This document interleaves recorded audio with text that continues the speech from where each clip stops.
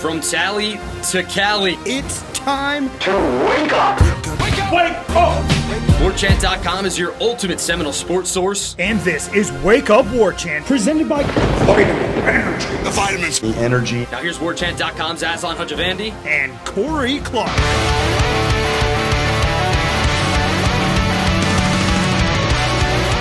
Wake up! It's Wake Up Warchant presented by Vitamin Energy. Coming up on today's show, it's been a while, so we got a lot to talk about. We got some good vibes going around the football program. Jump in the water. We catch you up on our top 40 ACC Kickoff representatives. Why is everybody complaining about the stadium? Knock it off. Baseball draft, and then we even talk some recruiting towards the end. Wake Up Warchant presented by Vitamin Energy. Shake it and take it. VitaminEnergy.com. One little bottle, not even 2 fluid ounces, everybody. You don't even have to take the whole thing to get all the goodness out of it, in my opinion. I'm like 190 right now, Corey. A good, robust 6'1", 190. And I'm not even taking a full shot. And I'm getting my energy elevated. My mood feels better. My focus is dialed in, depending on whether or not I'm taking the focus or the mood. Give it a shot, everybody. VitaminEnergy.com. Clinically tested, clinically proven. No sugar crash, made in America, no GMOs, none of the bad stuff, all the good stuff, and Noles behind the operation. VitaminEnergy.com, shake it and take it. Maybe the Warchant BOGO promo code might be nearing, since we are less than 50 days away from kickoff, and we're getting you ready for it over at Warchant.com. We're now, week 2 of the Rivals, post-Rivals merger. Come on in, everybody. There's so much to read across all the different websites. We've got all the recruiting insiders, as well as Michael Langston, Matt Lacer keeping you update on everything that's going on in the recruiting world. Ira, Corey got you everything on the team side. Gene, Jeff Cameron, decades of experience. Tom Lang, Swiss Army knife, decade of experience. Plus, all at warchant.com. Corey Clark, it's been so long since we've done one of these. I don't even know how it's going to work. But hopefully it works out fine. How you been, man? I can't wait to just smell your musk, get in your zip code once more, my friend. Just chop it up, too. We just got to chop it up like two bros. Just talk about life. So, how did the trip go? We'll knock that out in 30 seconds. Was it awesome? Was it miserable? Somewhere in between? How do we like it? Fantastic. You better hope you never see me at the corner pocket when you're with your lovely wife, because I'm going to tell her how much you guys missed out on, and I'm going to push her to. Listen, I think it was relatively economical of a decision. It was like $1,500 for each of us. And now listen, she makes good money, my lady. So she paid for her half, I paid for my half, and then, we had cash on hand to tip everybody. But the all-inclusive approach, it was $1,500 for the flight down there for an entire week at a really nice hotel. All the drinks, all the food included. So I thought that was pretty reasonable, and I thought it was great. Shout out to the people in the Dominican Republic. This is something I've long wished we had here in the States, Corey. They've got a shot clock on their traffic lights. So when it turns green, it's counting down like 23 seconds, 22 seconds. You know how long it's going to stay green for. Amazing. So, we kind of have those with the crosswalks, right? So we have countdown clocks on the crosswalks. So you kind of know, okay, in 30 seconds things are about to change at this intersection. But you're right. I feel like they should all have that.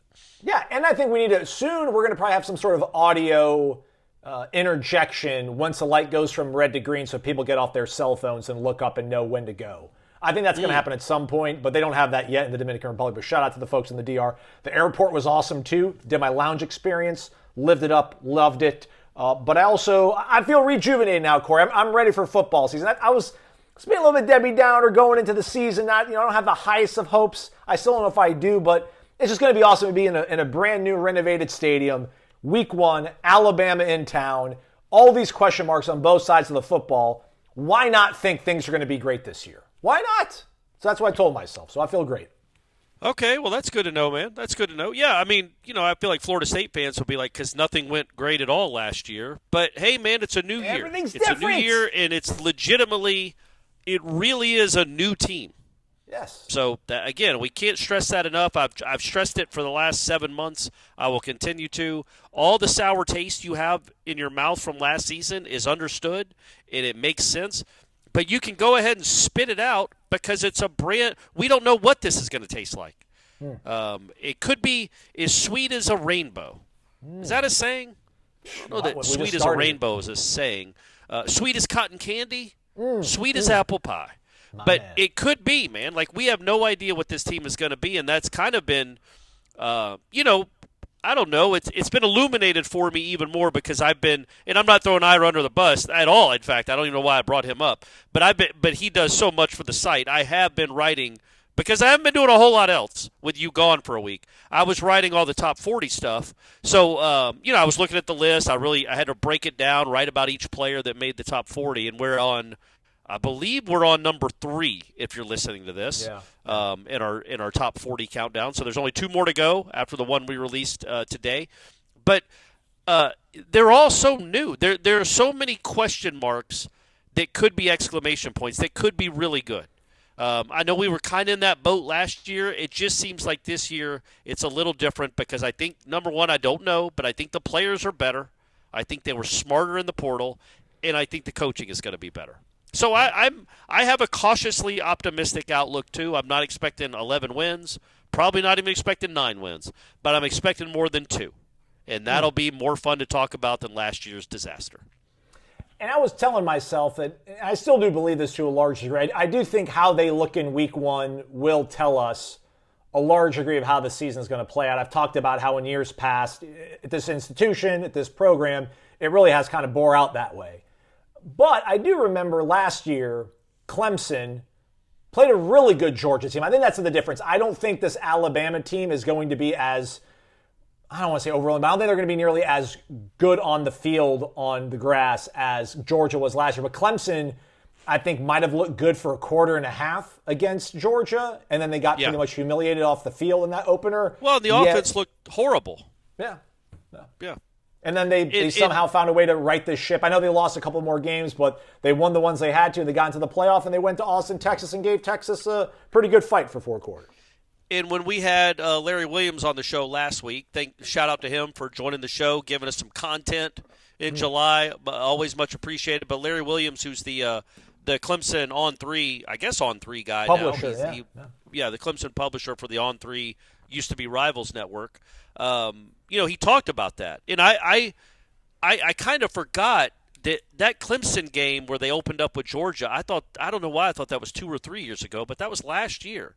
And so Klubnik, coming off the year he had in 2023, where he kind of cost them the Florida State game with a dumb decision on 3rd down in overtime, as also getting sacked and getting strip sacked by Deloach, but then also cost them the Miami game for making a crazy check that Dabo threw him under the bus for, along with just not being very good, period, in all of 2023.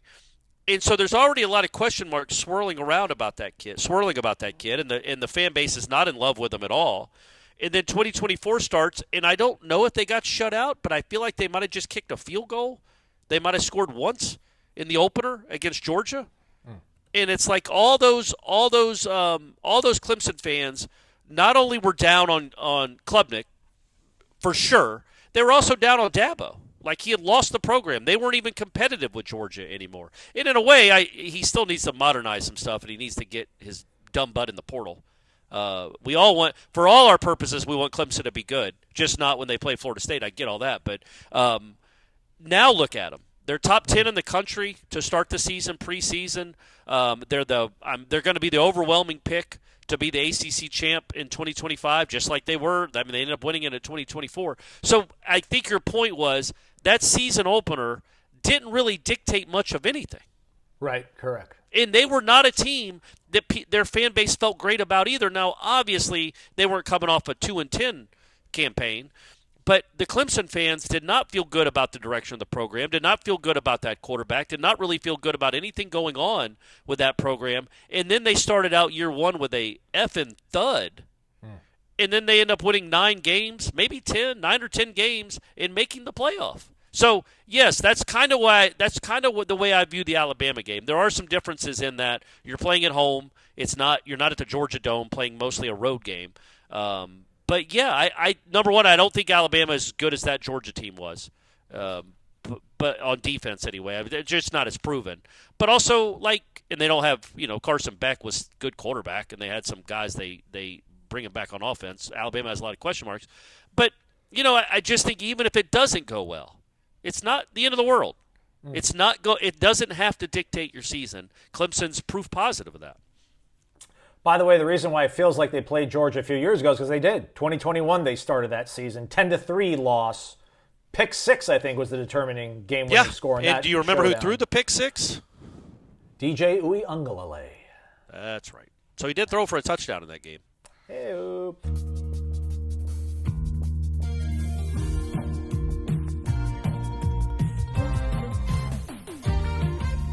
Corey and Aslan. All right, let's get updated here on the top 40, Corey. I guess looking at 5 through 15, you had Randy Pittman 10th on your list. I had Randy down at 20th on my list. I will spill the beans on this. Randy was 12th on the composite. So why do you have him so high? Why I had him, I would say, I guess, so low, because obviously when we do the average of everybody, I was much more on the outside of it. I just feel the Gus Malzahn offense, I know he's familiar with it. Had a pretty good statistical year last year, but I just don't know with the weapons they have here, what they're trying to get accomplished, setting this whole identity. I just don't know where the tight end fits into it, but you seem to think Randy is going to have a pretty sizable piece, a role rather, in this offense. Yeah, because I didn't realize until I was really honestly writing the top 40 stuff that he's a true junior. So he played at UCF as a true freshman and played well and played a lot. I don't remember off the top of my head how many catches he had, but I want to guess like 18 or 19, somewhere in that neighborhood. Then last year he had like 35. You could look that up, Aslan, if you 19, wanted. 19 in 2023. Oh, I nailed it. And he had 32 how many last 24? year. 32. So, 19 catches is not nothing. As a true freshman in a good offense, he must be something. Like, you know what I mean? Like, there must be some stuff there. And then last year in a bad offense, or on a bad team, a decent offense but a bad team, he caught 32. So, I mean, why would that stop? Why would the production stop going up? He's theoretically on a better team, probably, at least by UCF standards last year, playing with a better quarterback and playing probably with better people around him at the skill positions. I feel like maybe he's better than we realize. Like 51 catches in 2 years of Big 12 football as a true freshman and then a true sophomore kind of lends himself to being the real deal. Like, and the fact that he has shown he can do it in this offense. So they are going to trust him. He's not going to have to acclimate it into anything. He's just going to get it and go. And one other element is he was good in the spring. Not only was he impressive in the scrimmage we got to watch, but the word out of the spring camp was that he was really good all spring. He was one of their best guys. So all that bodes to maybe this guy's an NFL player, man. Like, again, I don't think it's that common for a guy to have 51 catches in his first 2 years as a tight end, especially in a running offense. So I just think that bodes, but with him having a Deuce Robinson on one side and a Squirrel White on the other, I think that bodes well for him making a pretty serious impact. And he's mature. He's 20, 21 years old. It's his third year of college football. Third year of really playing college football, not just a couple of spot plays here and there. I think he could be the real deal. And I didn't give him enough credit. I mean, I know I ranked him high in the top 40, but when he transferred, because of Landon Thomas, probably, man. Yeah. You're like, oh, do you really need another tight end? Well, there is a chance that the 2025, probably a very good chance, that the 2025 version of Randy Pittman is better than the 2025 version of Landon Thomas. That doesn't mean in 2030 one's not going to be a lot better than the other. Landon Thomas can't leap past them. But I think Randy Pittman's more ready to play, more ready to contribute probably than Landon Thomas, and I think we both like Landon Thomas. Yeah. The other one that we had a bit of a disparity on, I had Amari Williams at 23. You had him at 14, and then Amari checked in at 19 as a company-wide player. I know we've mentioned him a few times, obviously, because you've had him on your ballot. I've had him on my ballot, but I mean, is it the double-edged attack of him or whatever? The fact that he can possibly be rushing the quarterback and then flip to the offensive side and maybe catch a good first down and show some athleticism that way?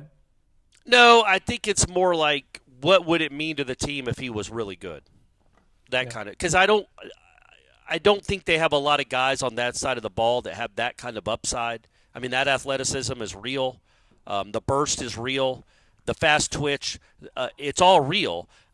So can he translate that to being a contributing to starting defensive end or a guy that's in the rotation and plays 30 snaps a game? What will that look like?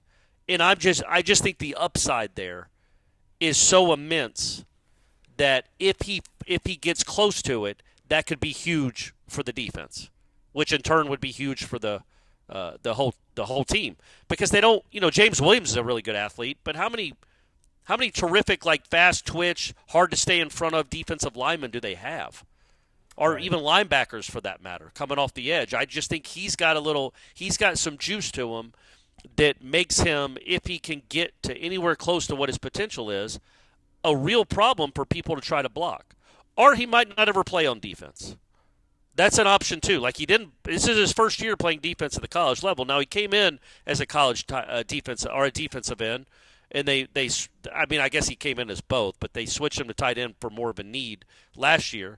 But the way they talk about his athleticism, the fact that they are going to let him play both, or they say they are anyway. I mean, I know Travis Hunter happened last year, but this hit in the 80s. Like, we're not used to this.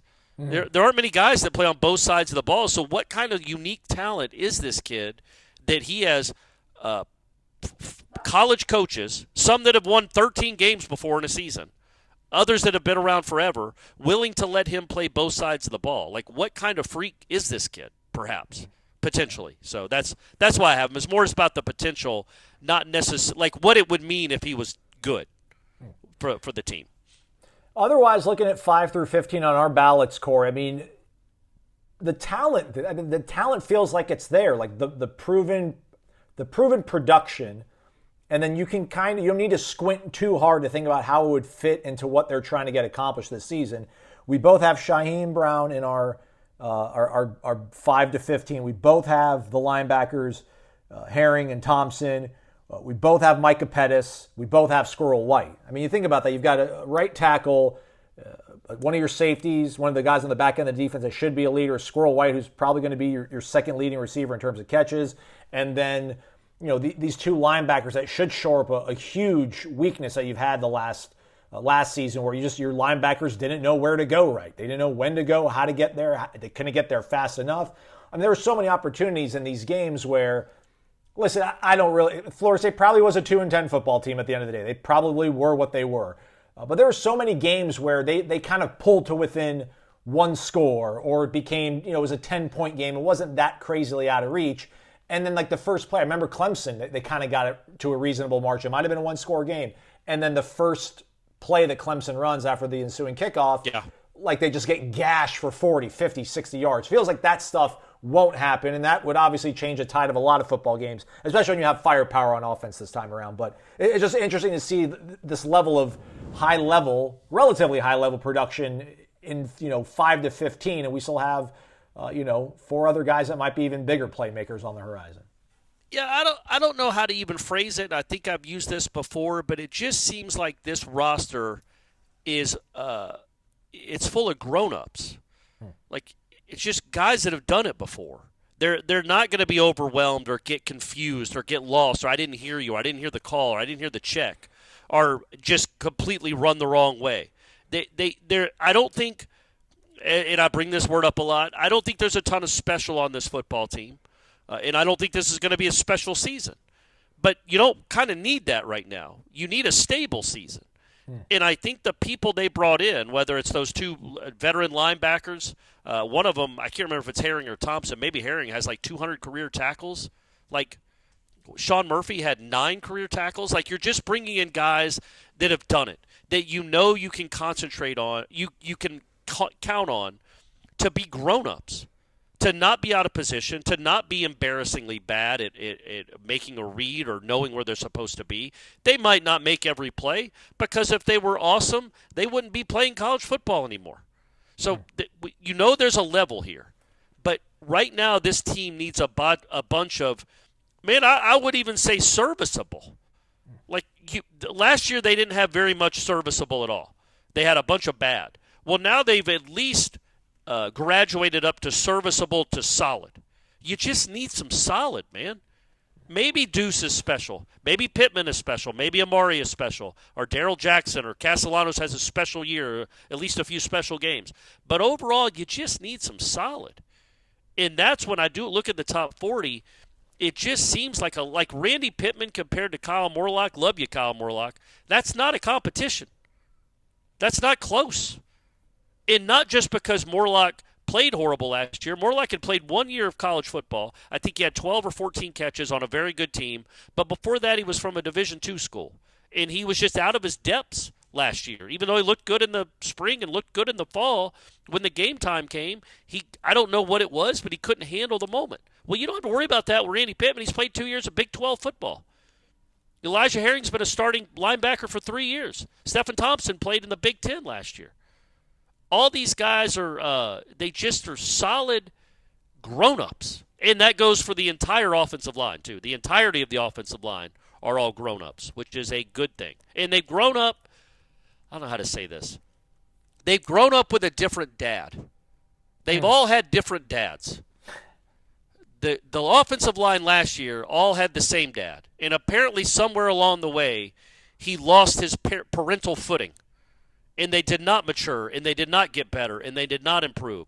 Well, all these guys have been fathered by different offensive line coaches, and now they're coming together, you hope, all grown up, with 1 year to play together and not be overwhelmed or embarrassing. And they're all, they're all really old, so if they were great, they'd already be in the NFL, but they are solid grown-up football players. We're in the teeth of the summer, which means we're right around the corner from the rite of passage that is heading out of the nest and going to college. Maybe you sending the kid out of the nest and off to college. I know you got a lot to spend on, but maybe give them a little parting present as they head out. And I'd recommend a Ridge wallet because for whatever reason, they're going to lose their wallet at some point in college. It's just going to happen, right? I don't know how. Think about it. A lot of us, I think a lot of us, lost our wallets at some point during college. Makes no sense. Now, grown-ups, how can we lose our wallet? Can't even think about it. Ridge has you covered with their AirTag attachment that goes right onto the money clip. And yeah, I'm sure your kid probably also has an iPhone. With the AirTag attachment, if they lose their wallet, which invariably at some point they will, they can locate it easily. Also, all of Ridge products backed by a lifetime warranty, 99-day risk-free trial, so they should be able to make it through almost one semester and see how they feel about it. And free shipping, or heck, treat yourself to one. You're about to send your kid off to college. Job well done, mom or dad. Check them out, ridge.com. Use the promo code WAKEUP to save up to 10% off at checkout. We are back. It's Wake Up Warchant. It is presented by Vitamin Energy, vitaminenergy.com. We are what? Less than 10 days away from heading up to Charlotte, Corey Clark, for ACC Kickoff. Are you going to be in the flesh? Oh, yeah, I'll be there. Myself, I don't know if I'll be there the first day because you guys are getting up for the day one because of the Commissioners Forum thing, right? I think so, probably, yeah. So I don't think I'll be there for that day. I think I'll be coming in for the Florida State day, which is day 2. So we know. But I'll be there, and we'll be able to talk to whoever they give us.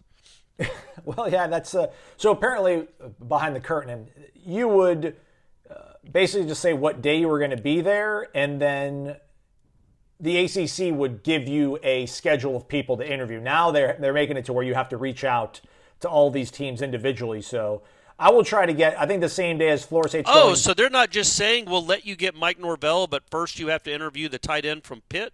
Correct. But they're not doing that this year. They're not. But I do have to email the guy from Florida saying, like, hey, we need everybody. But just know that Corey's going to do the interviews. So that should make everybody more amenable to coming by and hanging out with us. But I am going to, so the same day that we're going to be, the meat of the day or whatever, the meat of our trip is going to be when Florida State's obviously going on Wednesday the 23rd. Pitt's also going to be going through the rounds. So is going to be Wake Forest. So I'm going to try to get those, hopefully we'll try to get at least maybe one of the head coaches, but if not, players from both sides so we can get a little bit of insight into those teams since they are on the schedule. Now for Florida State, Mike Norvell will be joined by Tommy Castellanos. I don't think that's much of a surprise. Darrell Jackson, mildly surprised. Richie Leonard, mildly surprised. Little Jr., I think he'll be the star of the show. Even though Tommy's got some bright lights that he likes to perform under when it comes to speaking his mind. What do you take from seeing those four guys are going to be representing, quote unquote, the program at kickoff? I mean, I think the biggest takeaway, honestly, is Earl Little's a starter. Like, we've kind of hemmed and hawed about that other safety position. We thought he was probably penciled in, but you are not bringing Earl Little to ACC kickoff because you don't even have to bring four. You could choose three. I think they only brought three last year. So you don't have to bring four. The fact that they decided to bring Earl Little, number one, it speaks to what I've thought since the middle of last year anyway, about what his personality and playing, just the way he plays, his spirit, what they think maybe means to the team. But also it means that he's the starter. He's going to be starting in some capacity on the defense next year. Like, you wouldn't do that, I don't think, unless you thought that he was going to be the guy opposite Shaheem Brown. So, yeah, I mean, it's not a surprise that Castellanos and Jackson and Richie Leonard are presumed starters. I don't know. I would have thought Luke Pettibone would have been maybe the guy that was going to represent the offensive line, but Richie's been here a little bit longer. So I guess it's hard to pick anybody that's been here too long. Yeah. But I always thought Earl was going to be the star slot cornerback, whatever we want to title that. I don't know what Tony White calls it in his defense, but I guess maybe he'll be one of the other safeties besides Shaheem. So that's interesting to see. That's a good insight too, Corey. Obviously, that means that he's going to be part of that starting 11. And yeah, Darrell Jackson. It seems to be. It's not a guarantee, but it just seems like that he obviously has the inside track if they're bringing him to ACC kickoff.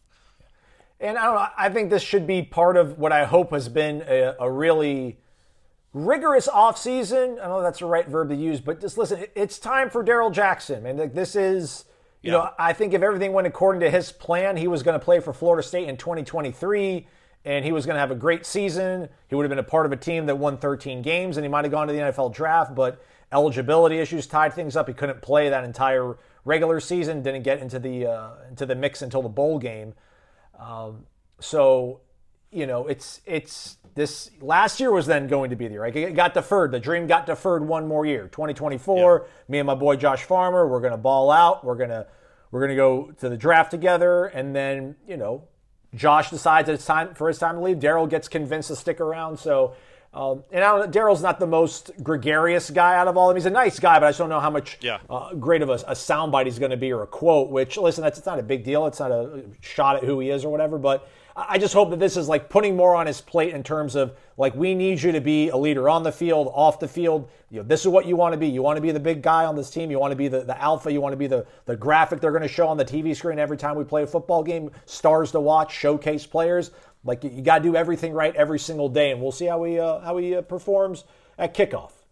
And I think, again, they spoke glowingly about him in the spring, not just the way he was playing, but also just the kind of leader he was becoming or trying to become.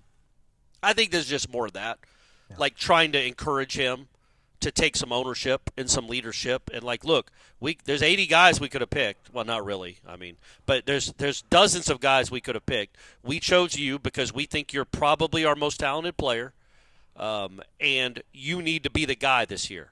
And it starts now. Like, it starts with you going and dealing with this. You can't operate in the shadows anymore, man. If you're going to be as good as people at this program think you can be and are going to be, well, people need to know your name. Like, I can guarantee you could ask, like, legitimate college football fans. I mean, I know there aren't many of those at, like, ACC Kickoff. I get it.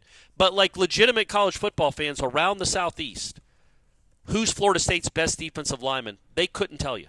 Like, Darrell Jackson had some nice moments last year. He flashed a lot of potential. He also had a bunch of just kind of, is he in the game moments too? In the year before that, he didn't play. So it's weird that, like, that Florida State fans have known the name Darrell Jackson for 3 years, but still not many in the ACC know the name.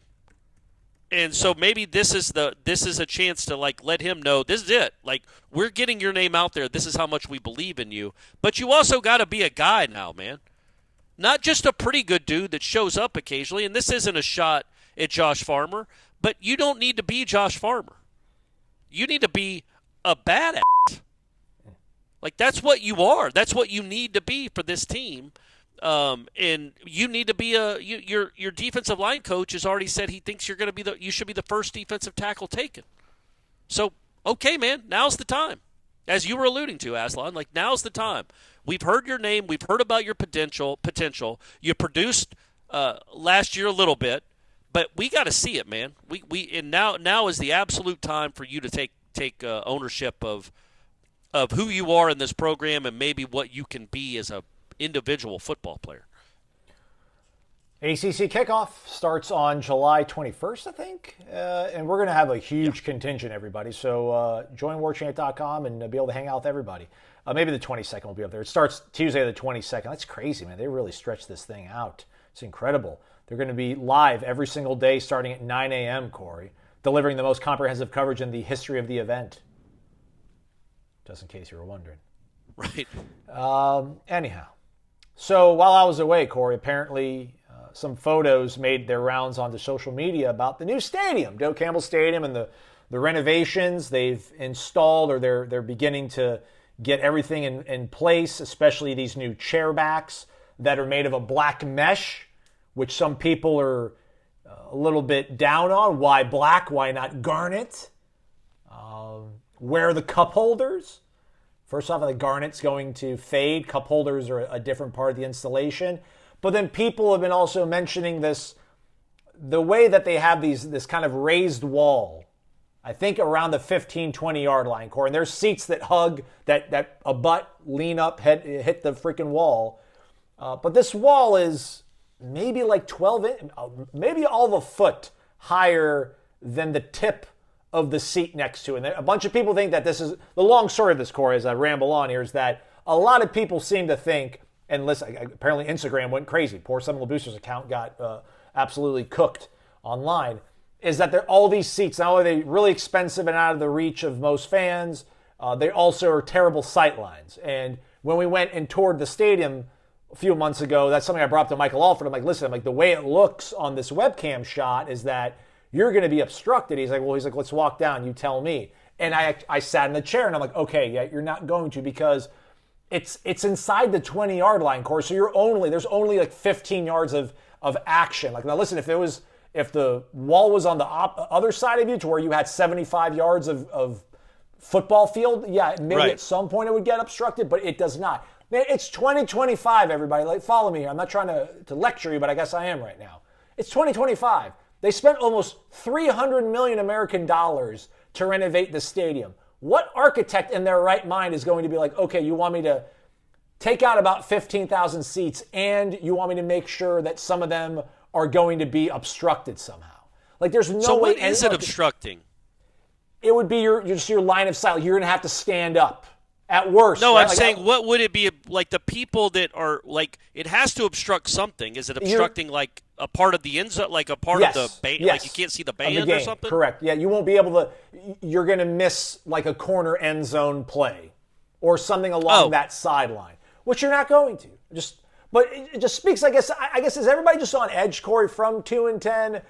This may be the antithesis of how we opened up the show. But is this like residual anxiety that everything right now with this program, people have to find something to be down about? It's like, the stadium's going to look beautiful. And I really am it sucks for people that lost their seats, the amount of money people have to spend now to get their seats. I get it. Like, Corey said all the time, we're never going to call people out for not going to games because we get paid to go to these things. So I understand. But I think the stadium's going to be beautiful. And with what everybody wants this program to be and the amount of revenue they want to generate, to be competitive in all these different things they want to do, this stadium, the way they now have it constructed and priced out, is going to give them that ability, and it's going to look nice. So I get it. Like, it's kind of a bummer that it's not going to be 83,000 rocking on a Saturday night, but how often really was it 83,000 rocking on a Saturday night? I think, honestly, man, when it comes to this particular subject, and you're right, like I don't feel all that comfortable talking about it because I don't pay for seats, although I have an ex-wife who pays for seats. I have a current – that's crazy. I have a current wife that has season tickets. But my initial instinct was to talk about my ex-wife having season tickets. Well, either way, they both have season tickets. Stephanie, you're number one. You know that. You won. You won, Steph. I don't know why I brought up my ex-wife first. But, yes, so Shannon and Stephanie both have season tickets. We know a ton of people that have season tickets. And And my dad had season tickets forever, so I know what that life is like. And so it's hard for me to talk about this because, yes, I don't have to buy them anymore. I get paid to go. But it is still really bothersome, man. Like, we are now in July. This has all been known for kind of years, really, but at least the last year, that, these licensing fees you have to pay, people getting pushed out of the seats they've had for generations, all to make it more NFL ready, make an NFL ready stadium. I still struggle with it, and I don't like it, and I know it's going to look better, but I think the angst comes from that.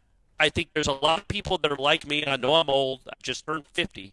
There's a lot of people like me that grew up in that stadium in a certain way, and grew up going to that stadium, period, and then felt like they're maybe not appreciated when they're told they don't get the seats they've had for 30 years, where they've been contributing to the university, by the way. That money spends, and they're told, okay, if you want seats that aren't as good, you have to pay this amount of money, which is way more than you've been paying. And, oh, yeah, by the way, the program that you love did just go 2-10. So if you're asking why there's angst, that's why. And there will be angst. It was just like there was angst last year with the stupid DJ.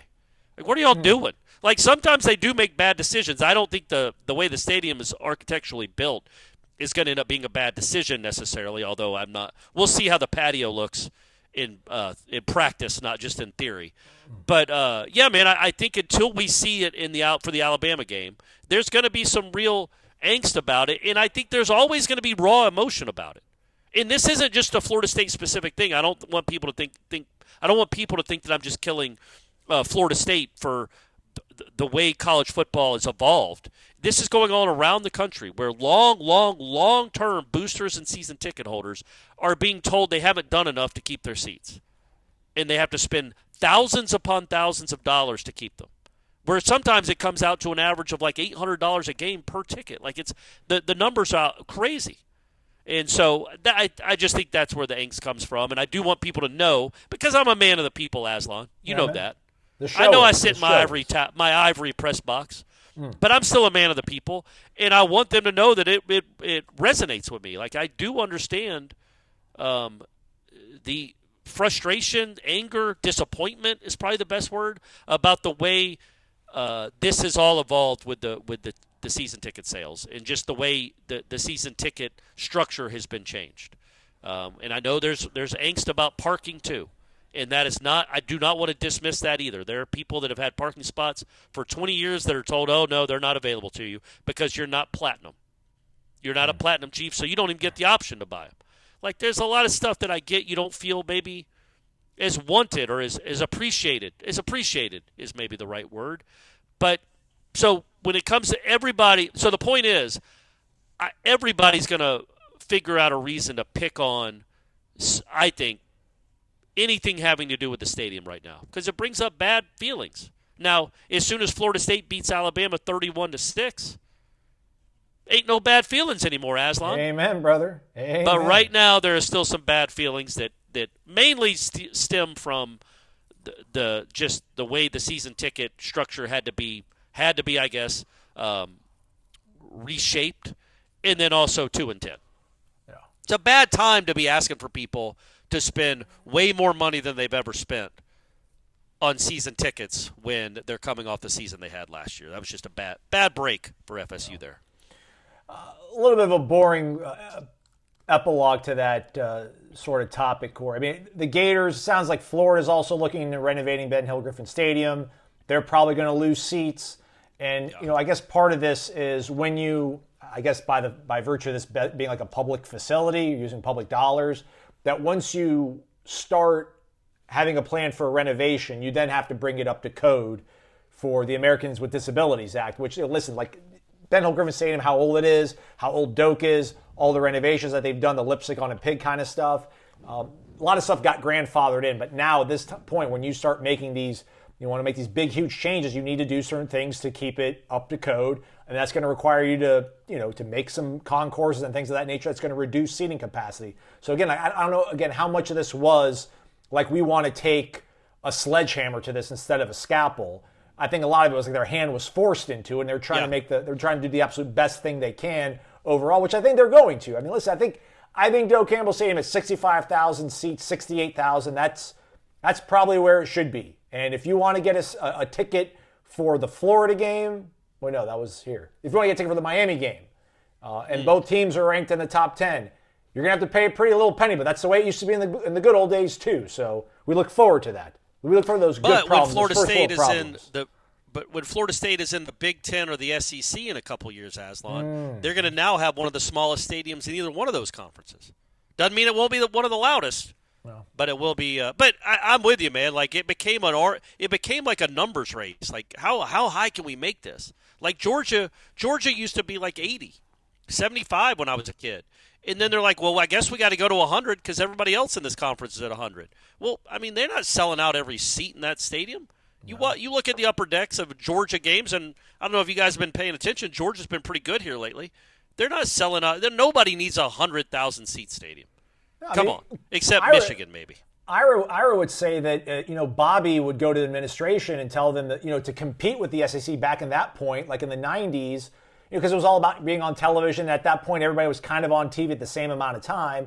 It was like, listen, we have to be a really big stadium. These guys are going and visiting these schools, these campuses like Neyland and the Swamp and wherever else you want, Athens, Baton Rouge, that have these really huge stadiums. Like, at minimum, at least let's just get the seat capacity up in this place. It didn't really make sense to do it, but it was part of the need to market the program the way you wanted to. And you're like, oh, we'll grow into it at some point. It's like, well, no, there's only so much you can grow into when you're 3.5 hours from pretty much every metropolitan stronghold in your state. But Alabama will be able to christen the stadium and hold that L in the brand new Doak Campbell Stadium. That's right.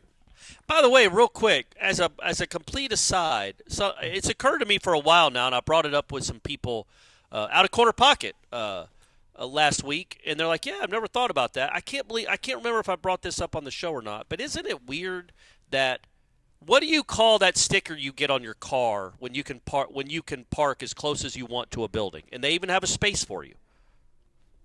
Like a hanger, like the handicap. No, what do you call the actual sticker that you put on, or the thing you hang off the rearview mirror? The handicap, right? Like the handicap thing. Yeah. I didn't think we would use that word anymore, but we don't. That one has stood the test. That was grandfathered in. Handicap parking has been grandfathered in, and it ain't never going away.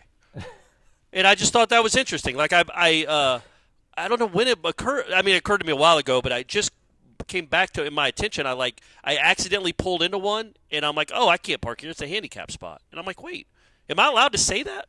But yeah, that's what it's called, and it's never not going to be called that. And I just thought that was interesting. So something hey, that's a little party conversation for all you folks. Next time you're at a party, just bring that up.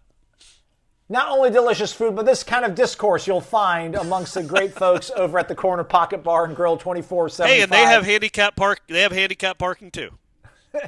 Absolutely, because they are the people's sports bar, the official sports bar of Warchant.com. Daily lunch specials from 11 a.m. to 3 p.m. on Mondays. Go build yourself a half-pound all-black Angus beef burger. Comes with all the fixins. You get a side dish of your choice as well. Tuesday, trivia night, 7 p.m. Thursday night, bingo. $250 in cash up for grabs 4 different times. Try win all of them, everybody. And then buy yourself a PSL at Doak Campbell Stadium, or maybe get a fraction of a PSL. Live music going down this weekend, Corey? Probably. It definitely did this past weekend with Tom and the Cats. I wasn't able to be there because I was up in Atlanta with my son. But, Tom and the Cats brings them out, man. Corner Pocket, it's a good place on a Saturday. It's a good place any night. But Saturday night, if you want to hear some music, be with your friends, drink some beer, have some fun, have some laughs. That is the place to be, and obviously really, really good food. And I might be there for trivia on Tuesday. Corey Clark's going to be there, everybody. What else? That should just been the whole ad read, everybody. Corner Pocket Bar and Grill, 2475 Appalachia Parkway. Decisions. Do I go with power? Do I go with speed? Quality or quantity? How about sacrificing neither?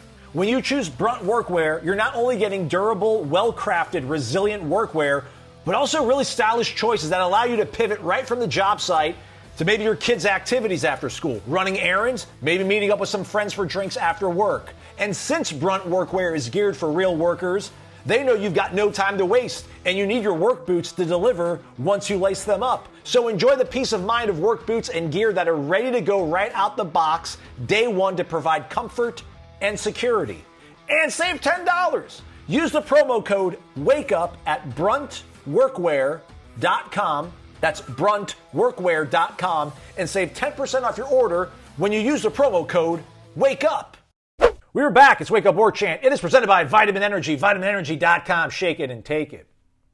Did a pretty good job, Corey. My lady was proud of me for not working while on vacation. It was a little hard to stay away from it. I'm like, I want to be in the mix. Don't want to leave my guys in the lurch. But I did a pretty good job of not, looking at social media. But I did pull it up at one point while I was down there in Punta Cana on the beach. Caribbean Sea, the waves crashing in. Yeah. And I saw this young kid from suburban Atlanta absolutely tattoo one. And Perfect Game was like, look at this kid. He hasn't been really heavily recruited right now. Right. Check him out. It turns out it was a Brady Clark. Was it your Brady Clark? It was my Brady Clark. Yeah, it was. That was a. I think they were there because the team Brady's team was playing was like the number 14 ranked team in the country. They're very, very good from North Carolina. So they were there for that team, or they were filming the game for that team. But Brady just happened to. He was the leadoff hitter, and he happened to lead off the game with a double. And they got it, and now he's always going to have that. He'll have something to show his kids. Yes. Look, Perfect Game tweeted about me. What's tweet? Don't worry about it. Perfect Game X posted about me 20 years ago or 30 years ago, whenever he's showing him that. But yeah, that was kind of cool. He got a big kick out of that, and they did not win the game though. That's probably the most important thing. They did not win the game, but he did score, and that was the only run they scored all game. Also shining on the diamond, and he'll be in Las Vegas if everything goes according to plan, right? Because the Oakland A's will become the Las Vegas Athletics. Jamie Arnold, left-handed hurler for the Noles, drafted in the first round of the MLB draft, 11th overall, Corey. His slot number, his slot salary, approximate pick value is just a shade under $6 million American dollars, 6'1", 188 pounds. Our boy born in 2004, so is just 21 years old. Look at that, man. Jamie Arnold, a first rounder, just outside the top 10.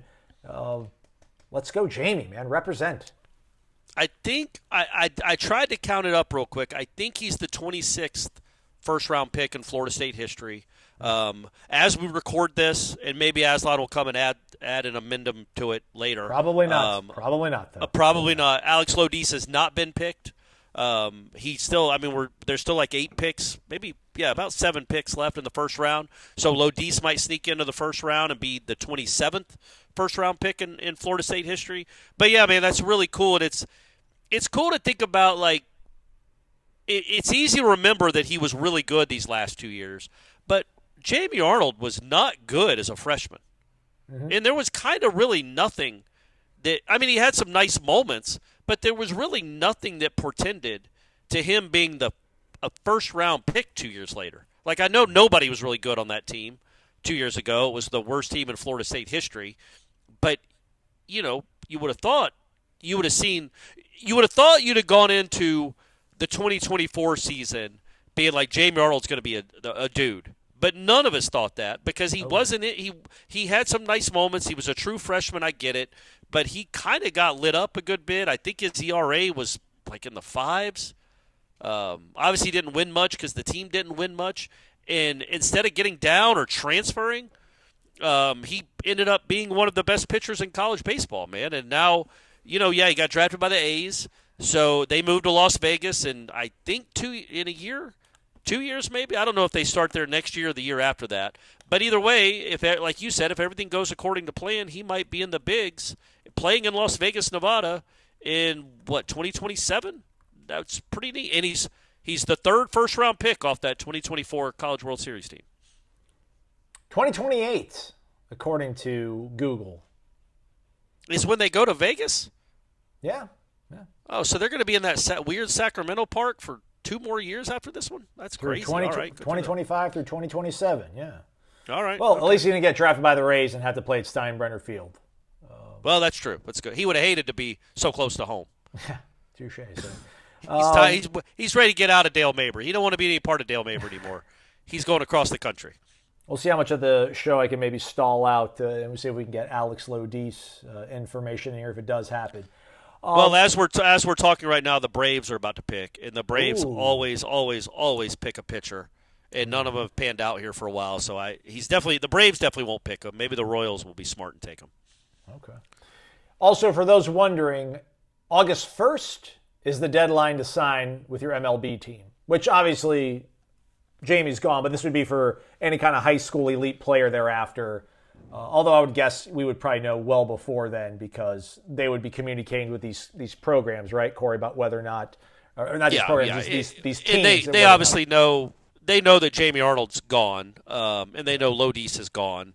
There are other guys that might be drafted later. I don't know how the draft works. I don't know. I mean, I know how the draft works. It's 20 rounds, but I don't know if there's not there. I think there's 43 picks on Sunday. Maybe they go to round 10 on Monday and then round 20 on Tuesday. I'm not sure how it's all broken up, but there'll be more Florida State guys being drafted. Like I assume Farrow will go, Cam Leiter will go. You guys remember him? Who? Cam Leiter. You remember that name? So there will be other guys drafted after Arnold and Lodis. Max Williams, obviously, we'll just see where they all end up.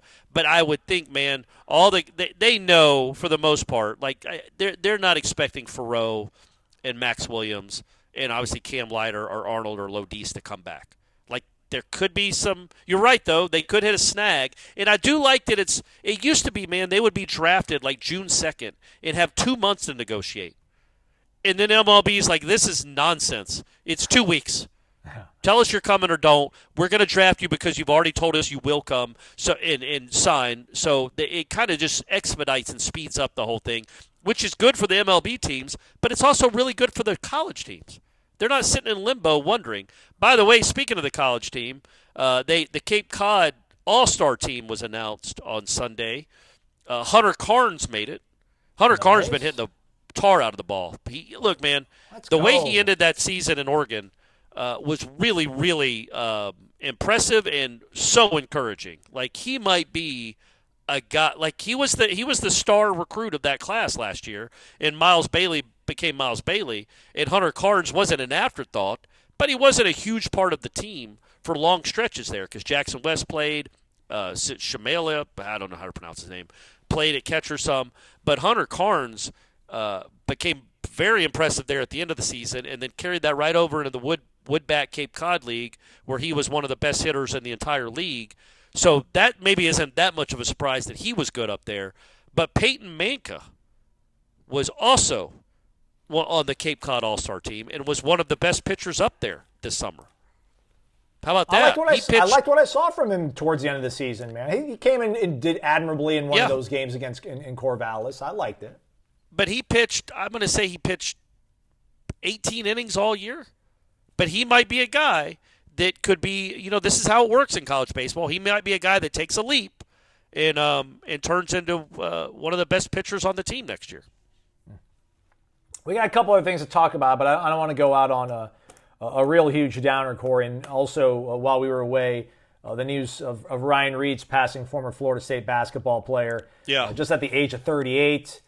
Just absolutely gutting to hear about that from a kid. Again, I mean, I don't want to say kid, but 38. He's younger than me, so everybody younger than me I feel like is a kid. But apparently had a medical emergency on Wednesday.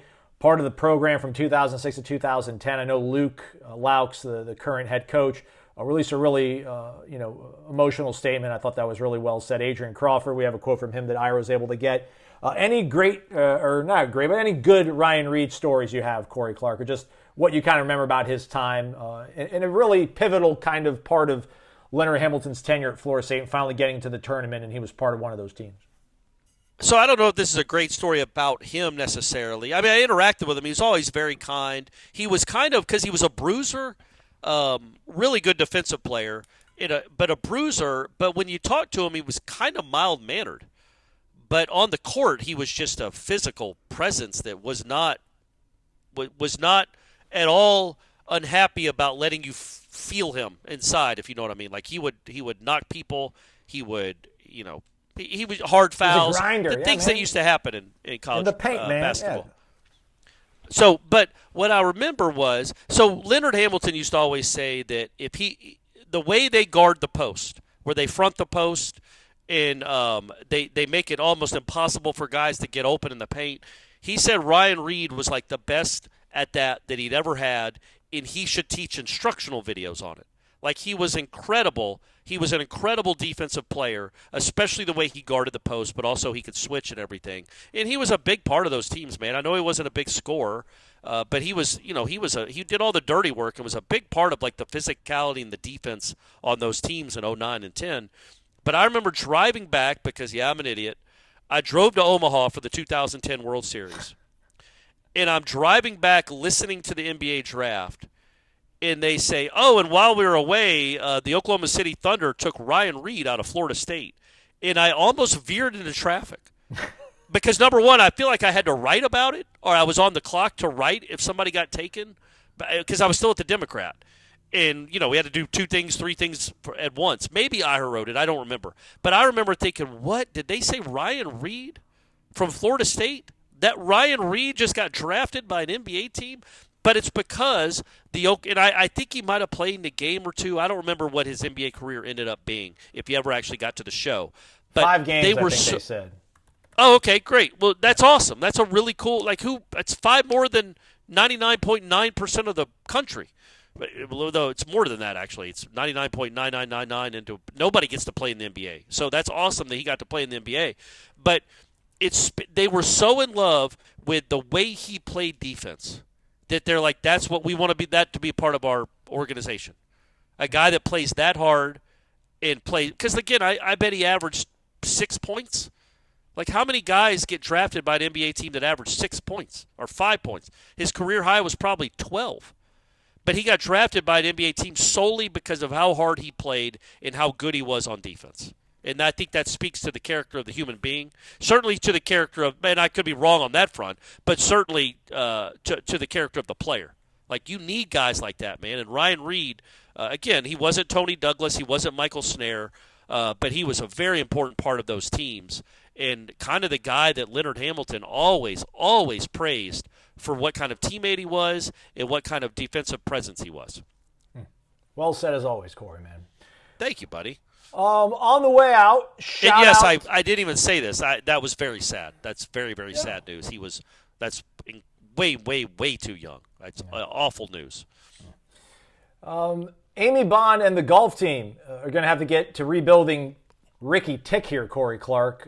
While we were away, Maribel Ting announced that she was going to turn pro. Yeah. And now Lottie Woad, who finished 3rd at the Evian Championship, which is one of the majors in women's golf, she finished 3rd, and she would have made like about $500,000, but since she's still an amateur, she doesn't get that money, which is just ridiculous, but whatever, it's for another day. Although people might be like, Aslan, you're fine with golfers making money, but not football players? Buy me a beer. We'll talk about it someday, everybody. I would say the difference is she earned it. Yeah. Like, she went out and won the prize money. Yeah. If a true freshman safety goes out and wins the Thorpe or finishes 3rd, I'll let him finish 3rd in the Thorpe. Yeah. He earns $500,000. There you go. But yeah. Anyway, go ahead. Sorry. So she earns her tour card. So that's incredible, man. Just these two were extremely heralded, decorated golfers for Amy Bond in Florida State, Lottie Woad and Maribel Ting, both of them now. Now, do we know for sure? We should probably, we can speculate. It's just 2 dudes talking. Do we know for sure that Lottie is not going to play here next year? I mean, like, she could do what Clanton did. Clanton earned his tour card and still played. Fair. And they still call her Florida State's Lottie Woad. Fair. So we don't know for sure that she's not coming back. So you can you can drop your amateur status, but still play college golf. But did she drop her amateur status? It's expected, according to our Matt Lasser, who is Mr. Oh, golf. okay, gotcha. Okay, yeah, well, I mean, that makes sense. I wish she should have dropped it on the 17th hole this weekend, right when she's finishing up, so she could collect $500,000. Like, guys, I'm not an amateur anymore. Right. I'm a pro. I know I entered the tournament as an amateur. I'm leaving as a pro. Give me one of them big checks because I just finished 3rd. And I feel like she won the first tournament she was in.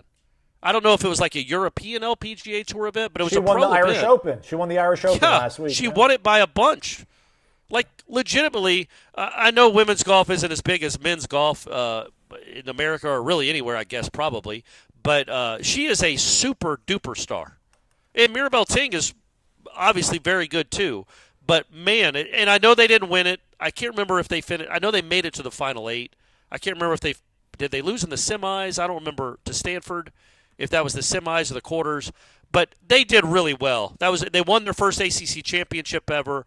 Lottie Wood and Mirabelle Ting and but those two specifically, but the whole team.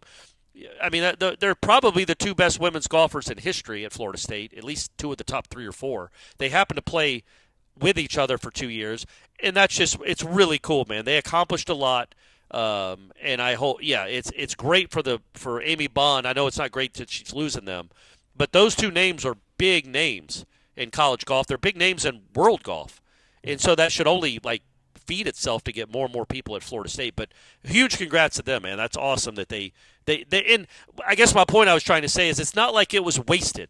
I know they didn't win. There's only one national championship every year. Just like Luke Clanton's time at Florida State wasn't wasted. They were still really awesome, and they won a lot, and he won a lot. And so I hope people realize how cool it was, the accomplishments they had at Florida State. I know it's women's golf, but still, they were really, really good, and they're going to have great careers, almost certainly. Braves drafted a shortstop from Nevada, but not high Lodis. schooler. Ooh. Buddy, I think we just What's John Sherholtz doing over there, man? Man, it's ridiculous. What is John it's Sherholtz ridiculous. doing? I tell you one thing, Sherholtz would have signed Freddie. I'll tell you that much. But yeah, man, I think we've had 24 picks as we're watching this thing. Legitimately, I think half of them have been high school shortstops. At least 10 of them. They just had another high school shortstop. This is crazy. A kid went to Tampa from the Rays got a kid, Daniel Pierce, from Mill Creek High School in Georgia, Corey Clark. That's right. Brady's former high school. He's not there anymore, but he was there. Oh, what checkered pass? He's transferring high schools left and right now? Yeah, he's transferred. He's going down all the lists in Gwinnett County. Yes,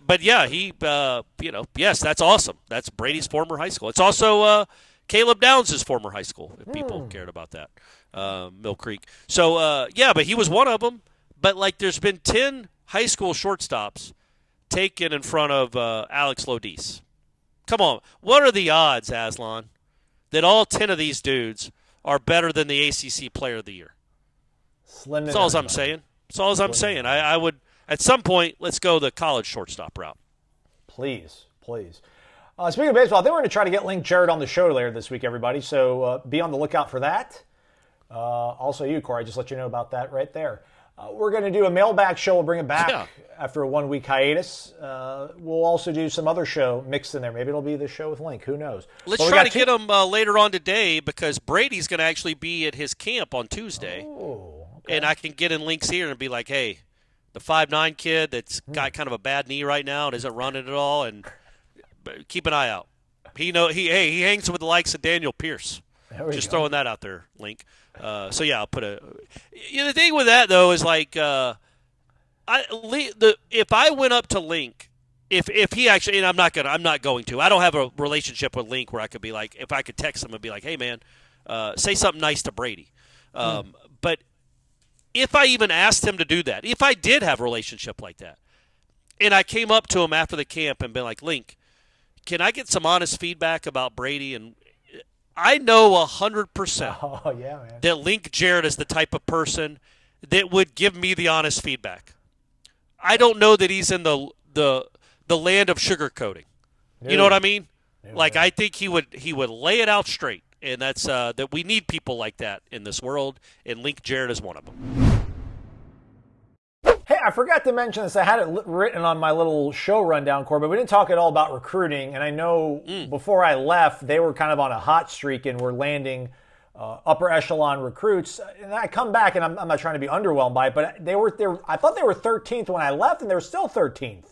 What is that about? They were 12th. I think they're 12th and 12th. But at least when I saw it, when they got the kid last week, The DB. Kennan from Sarasota. And they got the defensive lineman too, Rankins, who are their two most ranked. That's the crazy part. They were 12th before that. Then they landed their two highest ranked recruits, and they stayed at 12. So that's how the world of recruiting works. But look, man, they've got that. That made them 14 four-star kids. 14. And in the land of recruiting, and I know there's all different degrees of 4 stars. There's a lot of them, probably too many of them. But we call 4 stars blue chips. That's the lingo. Been the lingo since the Max Finger days. We call them blue chips. Well, they got 14 blue chippers in their recruiting class. 64%. That's pretty good, man. That's pretty good. Like that, especially coming off 2-10. It's been really impressive what they've done on the recruiting trail, and it shouldn't be dismissed. Even though, as we talked about on headlines, like, yeah, man, it's Florida State. You're not gonna just wow these fans with a number 12 or 14 recruiting class. Like, come on, man. Right. They've been alive to see number 1 recruiting classes, lots of them, if they're old enough. So number 12 or number 14 isn't something they're going to do cartwheels about. But coming off 2-10 with a new staff, I guess what excites me about it, Aslan, and I think I brought this up. I can't remember. I'm on so many of these shows that if this staff, as it's currently constructed, can put together a class like this with 14 4 stars already, and they might be adding more. And we also, it's not December yet. All that, we get it. What would they do coming off 2-10? What could they do if they're coming off 9-3? You know what I mean? Like, if you can recruit this well coming off what they just came off, then it stands to reason that if you have a better season this next year, which by all accounts they should, then the recruiting should get even better. And now you're cooking with grease, man. Now you're stacking top 15 and 10, and maybe you're getting up in the top 6 classes together. So that's really encouraging what they're doing.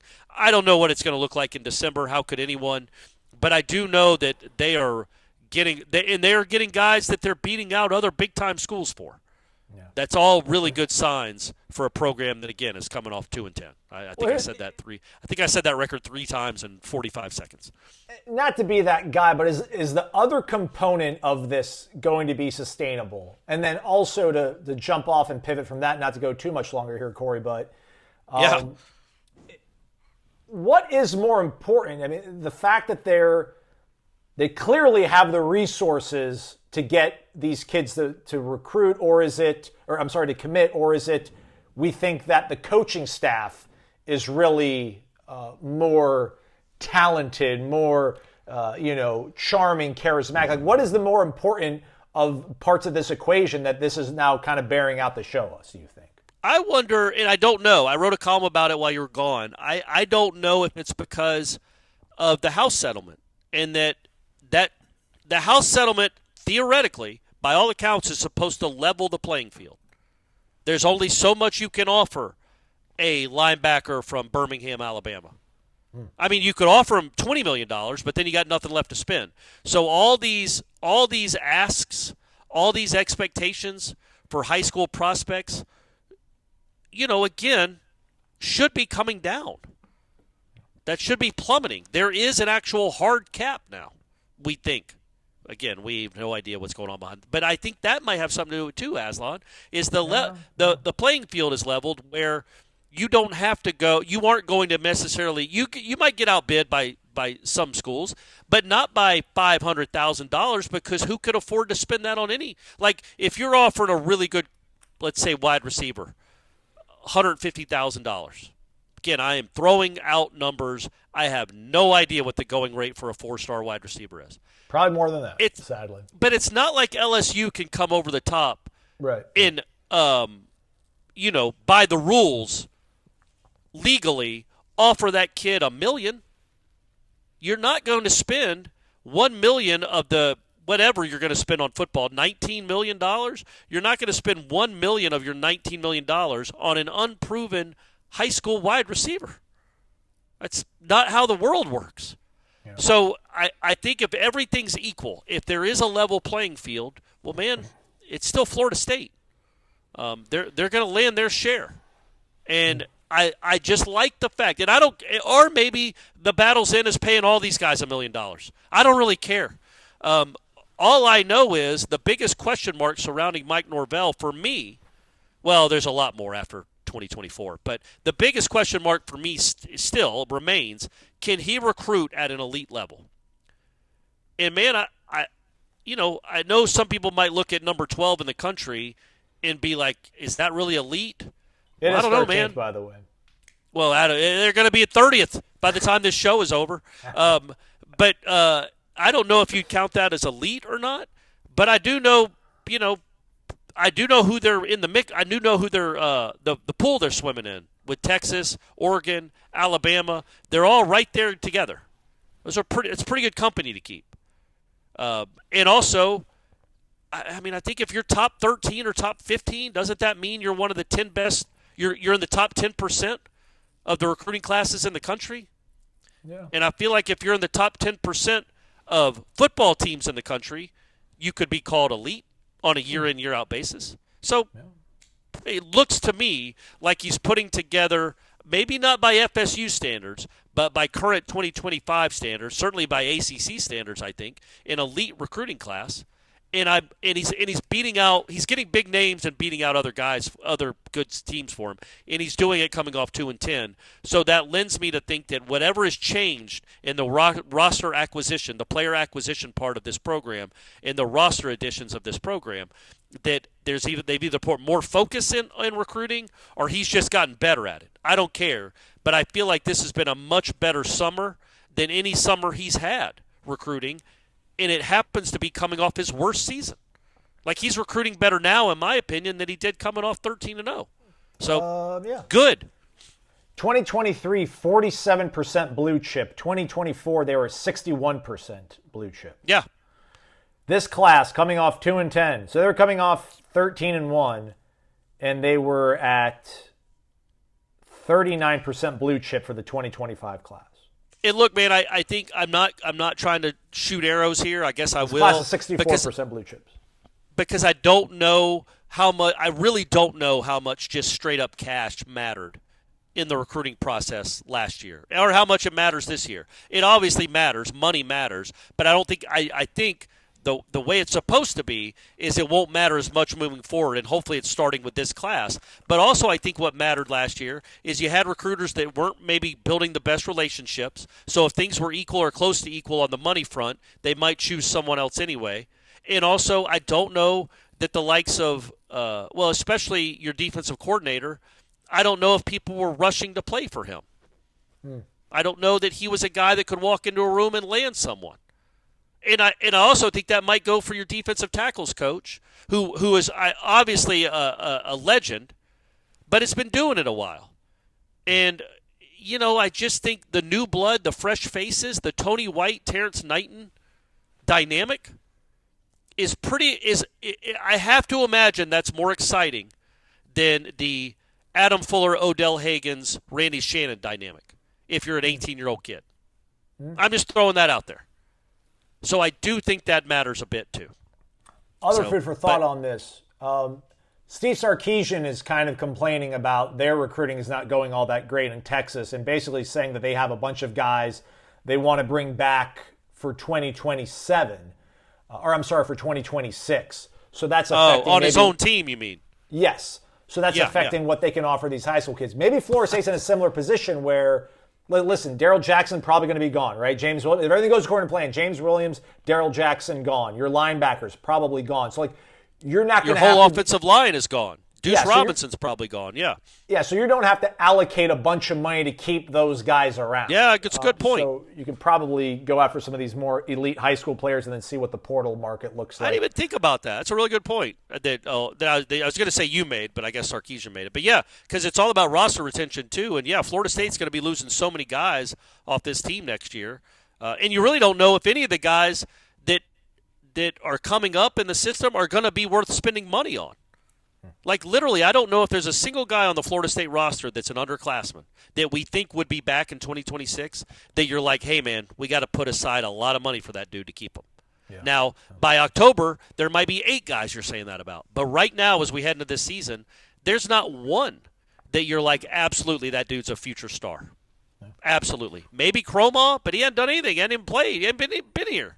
So it's a really interesting time. So, yeah, maybe they're being able to use more of the retention money on recruiting. 1 hour, 11 minute, 2-second mark. Corey Clark almost gives me props for saying something smart, but then changes course. And I changed it to Sarkisian. Sorry, but hey, you won as many national titles as he has, though. So. As a head coach. I mean, he was a play caller for a couple. Anybody could have called plays. That's a wrap for us. Should people be expecting a Seminole headlines on Tuesday, Corey? They should, yeah. I'll be back in town, so yeah, that should be. I guess I think Ira and Jeff are there, so yeah, I'm going to go ahead and say Seminole headlines on Tuesday. And I'm going to say Jeff Cameron Show 1 to 4 o'clock. More Noles coming your way. Subscribe to the podcast. Hit the thumbs up. Rate and review. We appreciate you hanging in the pocket for this long, everybody. We'll be back with 2 more shows this week. Warchant.com got you covered around the clock. He's Corey. I'm Aslan. Thank you for listening to Wake Up Warchant, presented by Vitamin Energy. VitaminEnergy.com.